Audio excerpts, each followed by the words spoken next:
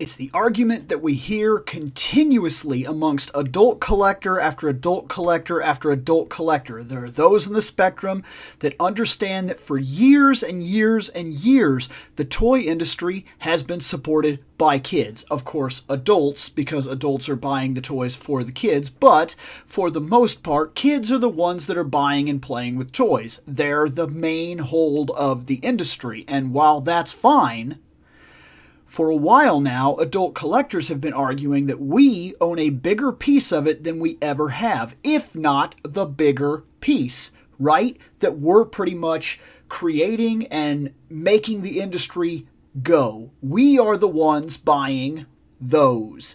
Most kids are getting out of toys early. And while this argument has credibility on both ends because it sure looks that way to us, and yet it sure looks that way on a business aspect for people that understand the business and have even worked inside the business. Quick shout out real quick before we even cut to my little thing for things like Spectre Creative. And even though these two people don't get along, let's also bring up for a second Retro Blasting, because those two people are the other sides of the spectrum. One guy has worked in the industry, and he very much sees it a certain way, and one guy does not work in the industry, but has collected his entire life and seems to have seen a change in the way toys work. And I have been on both sides of the fence at different points in time for different reasons. But I have primarily leaned towards the idea that we, the adult collector, buys action figures, buys Dragon Ball Z, buys Gundam, buys... Kids are not buying $25 X-Men figures because it's ridiculous, and in order to even get a small team going, it takes a ridiculous amount of money for a parent that would much more be ready to put out a $10 bill in order to get the same effect from a little Star Wars figure. Well, this article is going to make things interesting because it looks like there's some information surfacing that is going to really change the bounds of this argument. Let's check it out.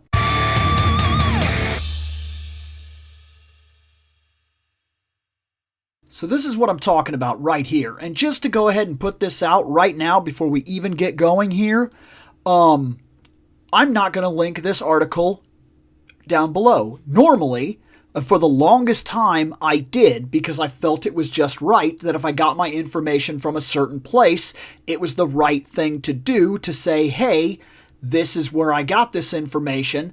Now I'm not going to do that because it turns out that if you feed this information back and it goes through, it goes into YouTube, and then YouTube decides for whatever reason that that link links to something else, links to something else, links to something else, or has some sort of thing on there, it'll come back on you and it'll be your problem, and then you violated their terms or something like that. So no, but I will tell you where this is coming from, and you can go check it out yourself. This is from NBCnews.com and is written by Sarah Whitten from CNBC. So there we go. Let's cover the first part of our article, and I want to talk about it a little bit because this is interesting. I also want to talk about this term that I'm thinking that she kind of created, which I'm not thrilled with. There are two things keeping the toy industry afloat right now: inflation and a consumer group known as Kidults. These kids at heart are responsible for 1/4 of all toy sales annually, around $9 billion worth, and are the biggest driver of growth throughout the industry, according to data from the NPD group. Which right there, okay, let me get through this. This cohort, which NPD defines as ages 12 and older, has been steadily contributing to the industry for years, but spending has accelerated in the wake of the pandemic, leading to year-over-year gains despite tough comparisons. It's important It's an important moment for the toy industry, too, with the holiday season upon us, with sales surged across the board for games, puzzles, playsets during this pandemic. The first 9 months of 2022 saw a 3% decline in sales volume. Higher toy prices helped outweigh the losses as sales revenue for that time period jumped 3%, NPD reported.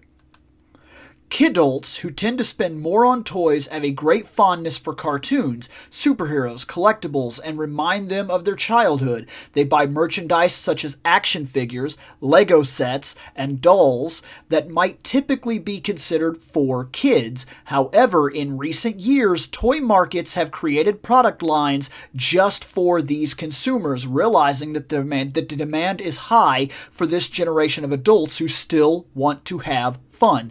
The definition of adulthood has definitely evolved, says Jeremy Padower. I may have got that wrong. I apologize. Chief Brand Officer at toy company Jazzwares. What it used to mean to be an adult was to be very upstanding, serious member of society.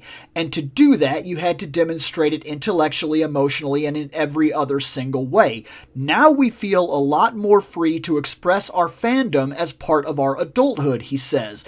In the 1970s and 80s, the toy businesses began to shift away from being industry that was just about the next innovative item and embrace creating more products based on the entertainment franchises, which this is true with things like Star Wars and things like that really became a big thing, and now really the only thing that gets made is entertainment stuff.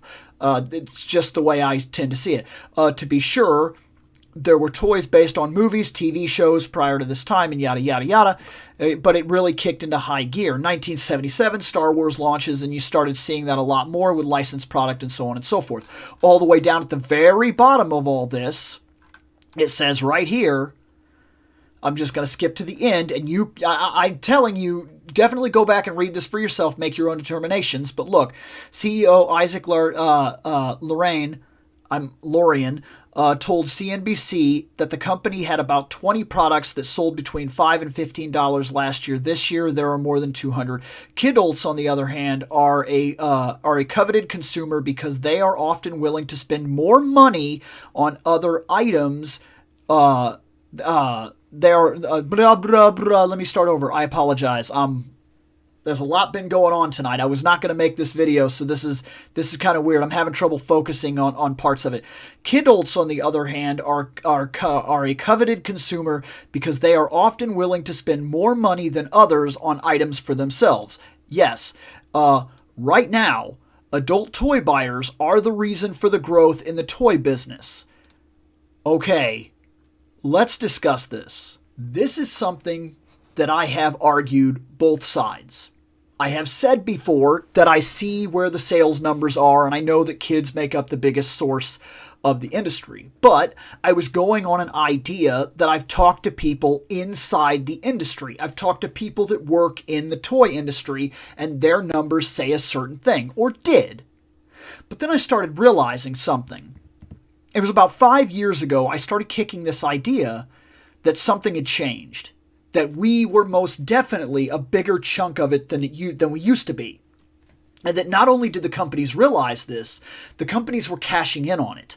I began to realize that there were things coming out like Marvel Legends. And that Marvel Legends and the Star Wars Black Label collection series and whatnot, and like the DC McFarlane toys and things of that nature, they were starting to take up big areas in the toy aisle. And not only that, but where you would go to the toy aisle and you would find things like, of course, G.I. Joe, and you could find them in $10 SKUs, there were these like highly articulated, very awesome figures that were in the $25 range and $30 range. And when figures are $25 or $30, like the current run of Power Rangers, let's be honest, who is that for? Are a bunch of kids super interested in the new Power Rangers Lightning series? Do they want that? Now, there are different things in toys happening right now, but the Lightning series is a big thing right now. And there's another group of Ranger toys that are running that seem more geared towards kids. They're in the $10 range and the $12 range, and you can go and you can buy them and you give them to your kids and they'll play with them, and that's what they care about. They care about playing. But all this stuff all this stuff that's behind me and all the relaunches of toys and such, like bringing the original Ninja Turtles back, that's not a mistake. That was them blatantly realizing that there was a large market, and in order to see if that market was ever going to take them anywhere, they dove into it. I personally feel this way. They dove into it. They started applying more and more and more money and more sales time to these kinds of bigger things. And these bigger things were not just things like NECA. We don't even have to go that far. Look at the fact that when they brought Masters of the Universe back, when they brought Motu back, yeah, it would be great if kids really got into it. But who do you think they were really gunning for? The first step was to get parents to buy it and then introduce their kids to it. That's what they wanted. And they've noticed that there are a lot more adults willing to buy into the toys that they used to have, or just have something like I have back here. That's a thing. That's why a lot of these figures are selling for what they're selling for. Now, I would argue that normal Motu is in a spot right now where it's kind of questionable. It's relatively $18 or something like that, which kind of puts it into that area that I'm talking about, where it's definitely geared a little more towards adults, because like it's a little more difficult to justify, all right, I got to get my kid some figures. And of course, I want my kid to be able to like play Rangers. But let's be honest, if I was to buy flip head Rangers, okay, like toy Rangers, you get the idea, is what we grew up with, at like $7 a figure or $10 a figure, and they get the flip heads, we're not talking about way too much money here. Not really. Because you're talking about, you need 5 Rangers, we'll say 6, because you know people wanted the Green Ranger, and then they need a bad guy, right? So like you buy a monster. Well, at about $10 a figure, you're looking at $70. But that's not what you're looking at the current Lightning series. Say you want to get a team of Rangers, all 6, at $25 a pop, at $25, $50, $75, $100. We haven't even bought a team yet. There's $150. We've bought a team of Rangers. Now we need a monster. $175, and that's before taxes. That's before I start jumping into taxes. At $175 as opposed to $70, where do you think, who do you think is spending that money?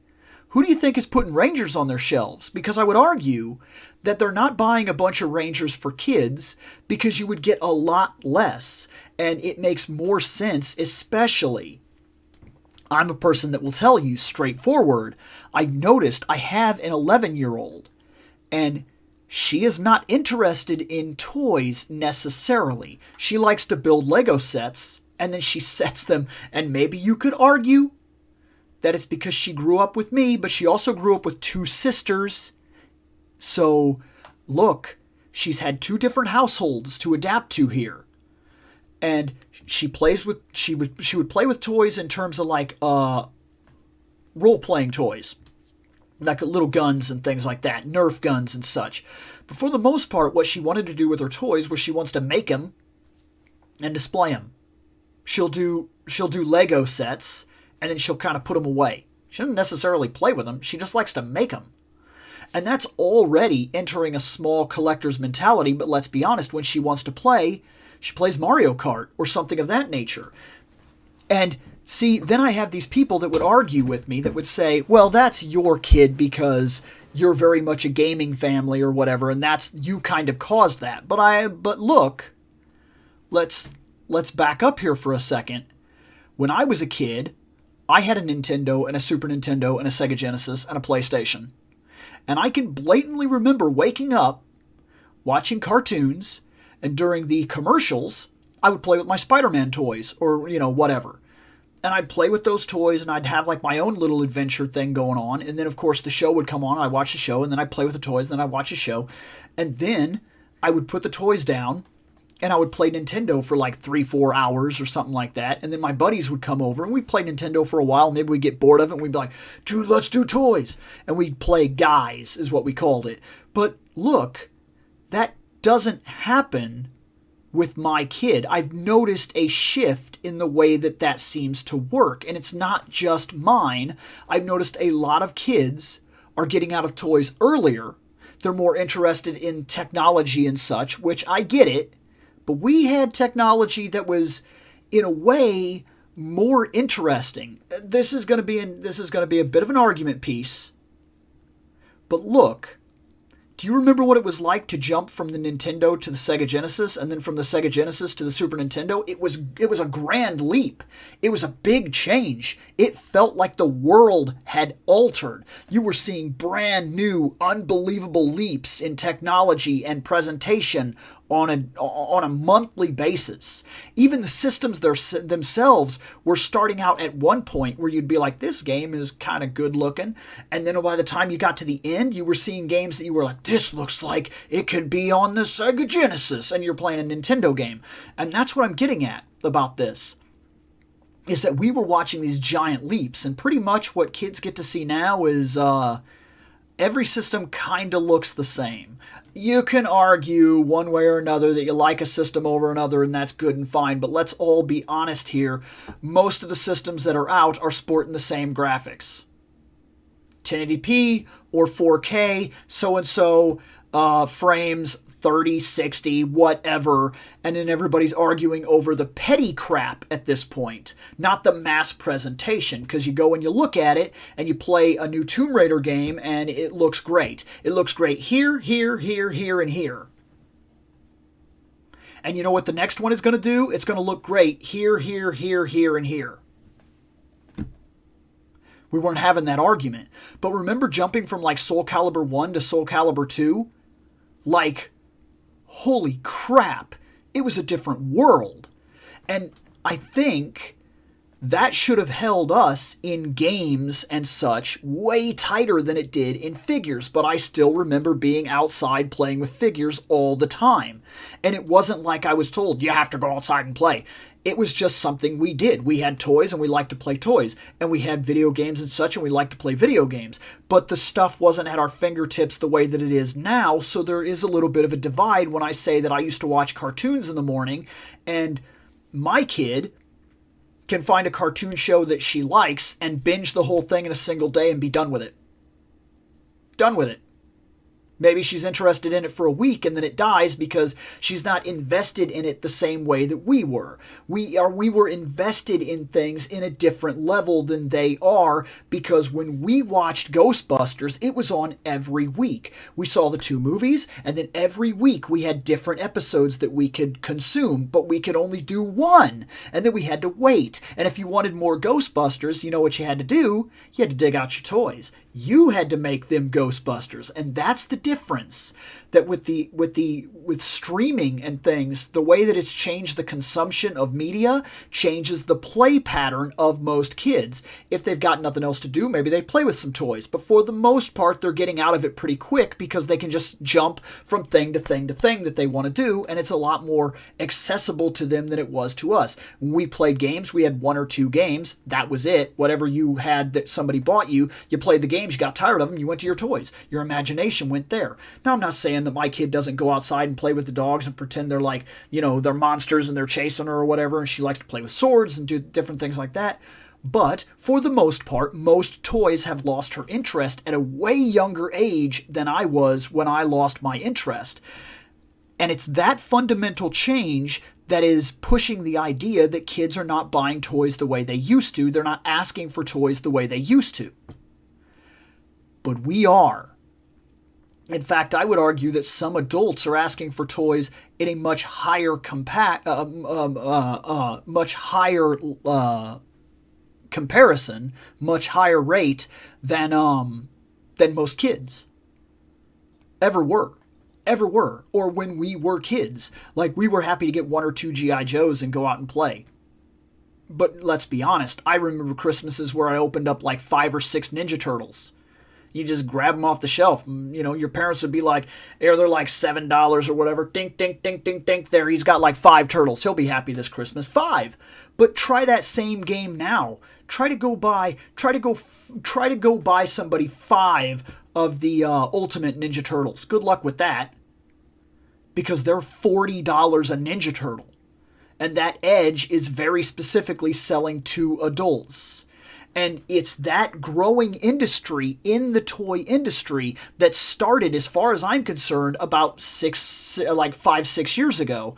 That's when I think this really started to take hold. And I argued on my podcast directly to 2 other parents who were like, that's just your kid. That's not the way it really is. I can promise you that toys are selling to kids more than they're selling to adults. And while they're only somewhat partially right, I believe that I was already seeing something that the toy industry knew, that they were grabbing a hold of adults, getting them interested in buying toys, keeping them interested in buying toys, and then developing this. And now, when I go into the toy store, I can promise you that if I went into the toy store and took my camera with me and walked up and down the aisle and debated, who do you think buys this first? Adults or kids? Once you leave the younger kid aisles and you move into things like Barbies and action figures, I'm noticing a lot of adults buying Barbies. Like, a lot of them. In fact, the last time I went to Target, I walked by, this is not a joke. Yes, people were Christmas shopping, but I walked by 15 different adults who were there, and they weren't shopping alone, by the way. That was the part that started to catch my attention. There was a couple there, couples, who were literally walking around, and then the girl was pointing things out, and she was like, the wife, she was like, oh, check this out. And she was interested in toys, and then he was interested in toys, and they were showing each other the toys that they were thinking about buying, and they loaded their cart up with like 5 or 6 different things, and it became very apparent very fast they were not buying for their kids. They were buying for themselves. They were toy hunting together as a couple. 2 adults that were both interested in toys, that were toy hunting with each other. That has become a thing that my generation has kind of created and moved forward with, and toy hunting is something that we just kind of do. It is interesting, and it is now being proven by the numbers that adults are making a much bigger increase and dent in the toys, the toy communities, the toy business, the toy industry, than kids at this point. We are the growing numbers at this point. They are selling to adults at a rate that is increasing rapidly, and if it continues this way, we will be the primary buyers of toys. I don't think we're there yet, but I think that we are no longer... I used to hear the quote that we were 20% of the industry. I don't think that's true anymore. I would rate high 30s, possibly even 40s, possibly even the 40%. Like, it's just crazy to me. Like, I'm looking at this, and it's just, like, right here, this guy says, the Razor icon is literally the adult version of the kick scooter, but it's electric, he said. I just got done with an event and everybody says the same thing. Oh my goodness, I'm so glad they came up with all these adults. I'm so glad they came up with this. I'm so glad they came up with this. It reminds me of, and they would tell me a story. The Razor icon, which can reach 18 miles per hour, retails for $600 and is part of the company's wider collection of items for Kidults. Like, they are blatantly selling to adults, and I think it's been going on for a long time, and I think it's because it's been going on for such a long time now that now the numbers are starting to reflect it. That's what I'm trying to say. The numbers are starting to reflect that reality, because in truth, oftentimes, like, this kind of stuff happens where a group is interested in one thing and the numbers don't quite match it yet, because the numbers are usually they're usually behind a bit. You don't get 100% guaranteed numbers right now. You kind of know in the aftermath of a thing. You release some shows, you watch the show work, and you don't really know that it's a success realistically until about season 3. That's a true statement. Look how many shows fail in season 1 or season 2 because the company gives up because the numbers right now aren't there, only to figure out some 4 or 5 years later when they would have been on, say, season 4, that all of a sudden it's this big, huge cult classic. And not just a cult classic like a couple people watch it. No, it's in like the top 20 most streamed shows. And you're like, what? Like, 4 years ago, nobody wanted to watch it. Well, that's because sometimes the trends have to catch up, and it has to find its home. And I think that this started about 5 or 6 years ago. To be fair, probably even about a decade ago.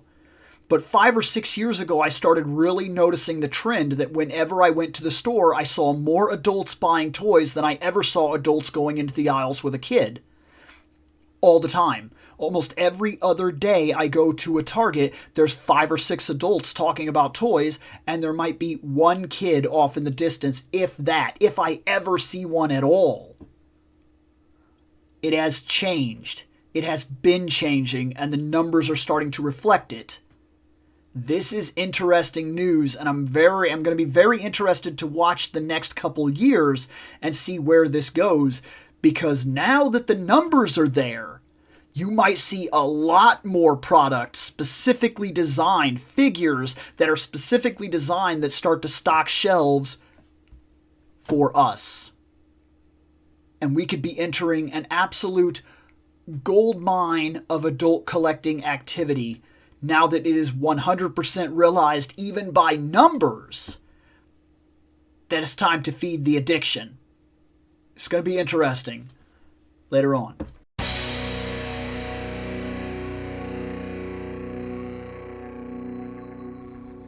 I have spoken.